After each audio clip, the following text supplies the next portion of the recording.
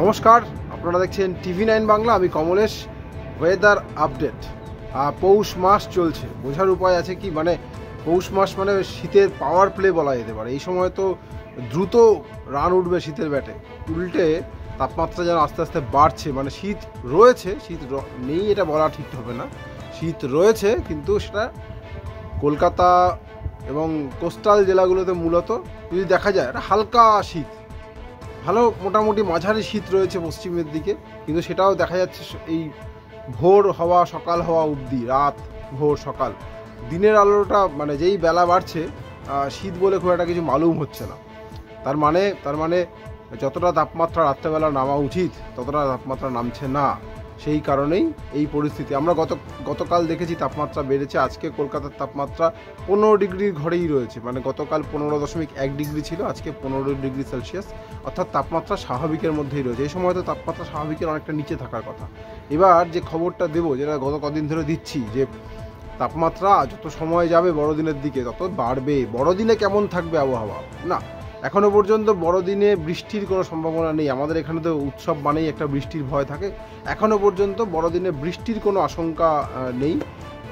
যেটা রয়েছে, তাপমাত্রা বাড়বে, বড়দিনের আগেই তাপমাত্রা বাড়বে আরও। এবং বড়দিনে কলকাতার তাপমাত্রা দেখা যাচ্ছে 17 ডিগ্রি সেলসিয়াসের আশপাশে থাকবে। অর্থাৎ আজকে যেটা 15 রয়েছে সেটা বড়দিনে মানে আগামী 5 দিনে বাড়তে বাড়তে 17 ডিগ্রিতে পৌঁছতে পারে। দেখুন, আমরা একটা বড়দিনে পুরনো পরিসংখ্যান ঘাটছিলাম যে বড়দিনে কেমন থাকে কলকাতার আবহাওয়া। 2018 সালে বড়দিনে বেশ ভালো ঠান্ডা ছিল কলকাতায়। 12.9 ডিগ্রি সেলসিয়াস তাপমাত্রা ছিল 2018 সালে। গত 7-8 বছরের যদি আমরা হিসাব দেখি, তাহলে 2018তেই সব থেকে বেশি ঠান্ডা আমরা বড়দিনে পেয়েছি। কলকাতায় 13 মানে 12.9 মানে জেলার দিকে আরও অনেকটা ঠান্ডা ছিল, মানে 10-এর নিচে অবশ্যই, বিশেষ করে বাঁকুড়া, বীরভূম, পুরুলিয়া এই অঞ্চলটাতে।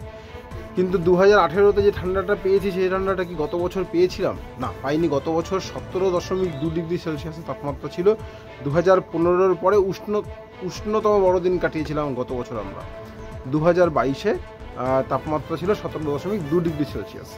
2015 সব থেকে বেশি, যদি দেখা যায় 2015 সব থেকে বেশি গরম ছিল, মানে এই ফেজে 18.1 ডিগ্রিতে উঠে গিয়েছিল 18।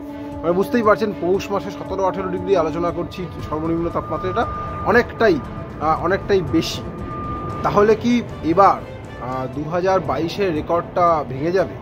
এই প্রশ্নটা কিন্তু চাগার দিয়ে উঠছে। কারণ আবহাওয়াবিদরা বলছেন যে বঙ্গোপসাগর থেকে বিপুল পরিমাণে জলীয় বাষ্প ঢুকবে, ফলে উত্তর ভারত থেকে যে শুকনো বাতাসটা, ঠান্ডা বাতাসটা আসছে, সেটা এই জলীয় বাষ্পের সামনে আটকে যাবে। ফলে তাপমাত্রা নামতে তো পারবেই না, উল্টে যেহেতু আকাশ মেঘলা হয়ে যাওয়ার একটা সম্ভাবনা রয়েছে, ফলে রাতের তাপমাত্রাটা বেড়ে যাবে। এবার 2015 পরবর্তী 7 বছরে কলকাতায় উষ্ণতম বড়দিন ছিল, জেলাতেও তাই। সেক্ষেত্রে 2022-এর রেকর্ড, অর্থাৎ গত 8 বছরের মধ্যে উষ্ণতম বড়দিন হওয়ার রেকর্ড কি 2023? মানে ভাবুন, আমরা শীতকালে উষ্ণতার রেকর্ড নিয়ে আলোচনা করছি। এর আগেও আমরা দেখেছি, মানে জুন, জুলাই, আগস্টে দেখেছি রাতের তাপমাত্রা অনেকটা বেড়ে গেছে। মানে এবছর বেশ কয়েকটা মাস রাতের তাপমাত্রায় রেকর্ড গড়েছে, মানে উষ্ণতম রাত আমরা কাটিয়েছি।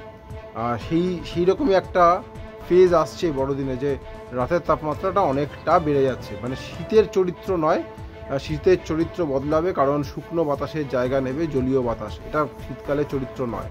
সুতরাং এবং এই ফেজটা কবে কাটবে এখনও পর্যন্ত ক্লিয়ার নয়। আমরা আশা রাখবো নিশ্চয়ই বছরের শেষে আবার, মানে বড়দিনের পরে আবার ঠান্ডা পড়বে, কিন্তু সেটা পড়বে কি না সেটার জন্য আমাদের পরবর্তী আপডেটের জন্য অপেক্ষা করতে হবে।